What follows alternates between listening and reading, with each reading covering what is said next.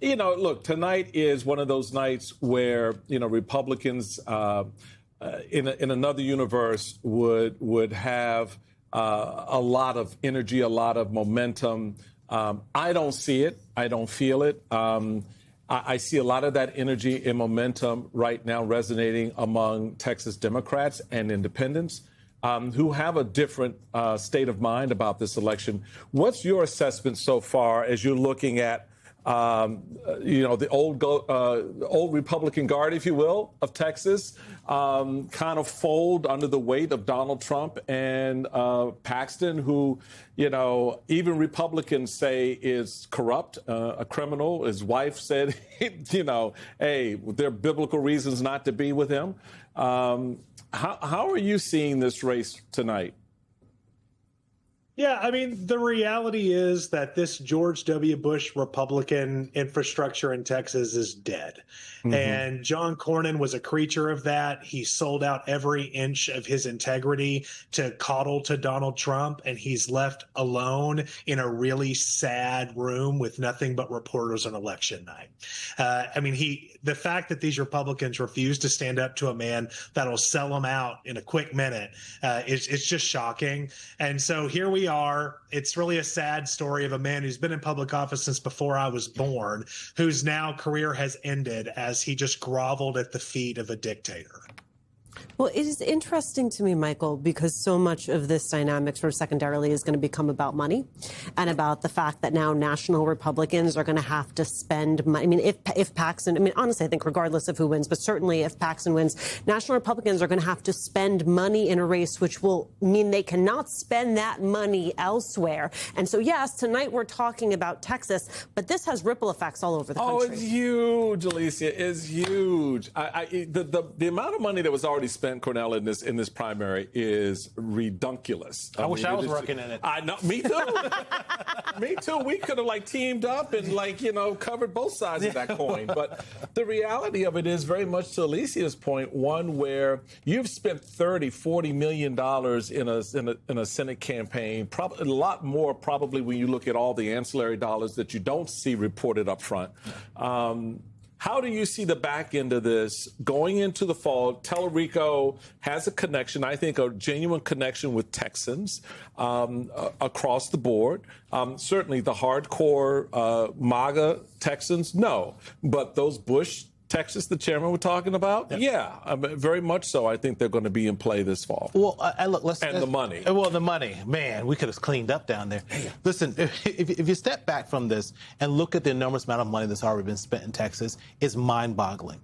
And that's just on the Republican side. And one of the things that is, money isn't everything, but it's a lot.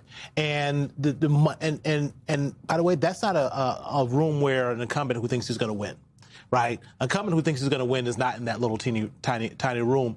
And close to 90% of incumbents win re-election. That's why open seats are so important. So regardless of what happens here, in the long run, Republicans are going to have to spend a lot more money in Texas than I think they thought they would have had to if the incumbent is there. I think we have a great candidate in Tallarico, but it's an open seat opportunity in Texas that every Democrat would dream of, as opposed to running against the incumbent who has built-in advantages. And now you have a party in Texas that's divided, and they're going to have to spend a lot of money there, and money that they're not going to have to be able to divert to other places in other Senate races. And Democrats now have a Senate map. And again, a couple months ago, I think we both were weary of this idea that... Not me. I called it a year ago. So. I was worried. We were worried about the idea that the Senate was in play. The Senate is absolutely in play now because Senate Democrats now have more opportunities to pick up seats than they thought they would have at the beginning of the year. Hey, yeah, Simone, I think Texas is an opportunity. I think Mississippi is an opportunity. 2028, Texas, battleground state. You know what? When I was a young Democratic operative, we used to always say that Texas was about to be, it was just a couple cycles away. But maybe, Chairman Scudder, it is not that far off. We shall see. And I think the next, 5 to 6 months are going to help put that on the table for us. We've been talking about the money. I just want to note the New York Times says nearly $130 million was spent. $22 million was spent on for Senator Cornyn since March alone. Right. 22 million since March alone. That is insane. That is the money for the runoff. Let me just say this. I remember all of the things people like myself said about Donald Trump in 2015 and 2016. That, you know, these traditional Republicans, they wouldn't want to support him, that he's got a lot of baggage, that he's the kind of person Hillary Clinton, should want to run against. And then we all know how that song ended up. And then a similar thing, frankly, I think happened in the lead up to 2024. Folks are like, oh, all the baggage, da-da-da-da. And Donald Trump has now been reelected as president.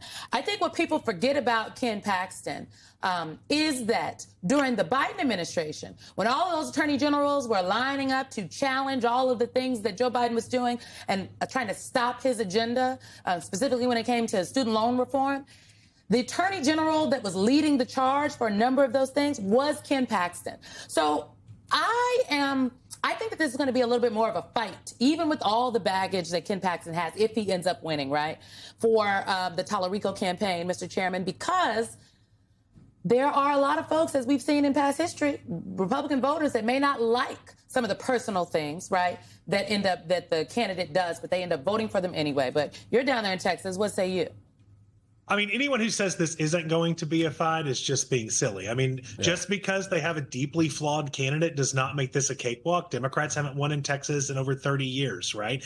But I will note that $130 million that they spent just for Republicans, talking to Republicans, they're still underwater on issues in Texas because Texas is adversely impacted by the Trump administration, whether it's the imports of Argentinian beef or outsourcing the jobs of Venezuela or of oil field workers to Venezuela, or the tariffs, where the number one trading partner in America with Canada is San Antonio, Texas. We are directly impacted in a much larger way than other states, and we're feeling it. I mean, people at the bottom feel stuck there, and no one's fighting for us. No one's giving us a seat at the table.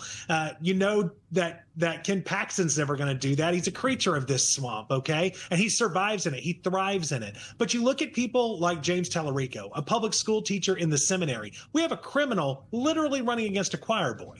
And so it's a really interesting dichotomy here, but it's not just about tearing them down. I hope Democrats have learned that lesson from the last few elections. It's about delivering a message for people that they can believe in. Making sure that we're not just talking about preserving Social Security, but expanding it. Not talking about you getting to see a doctor when you're sick, but you getting to see a doctor before you get sick. Big, bold, progressive ideas that change lives for working class people. Texas Democrats have a history of delivering that. And I hope that James Tallarico stays true to that message, not just tearing the other guys down.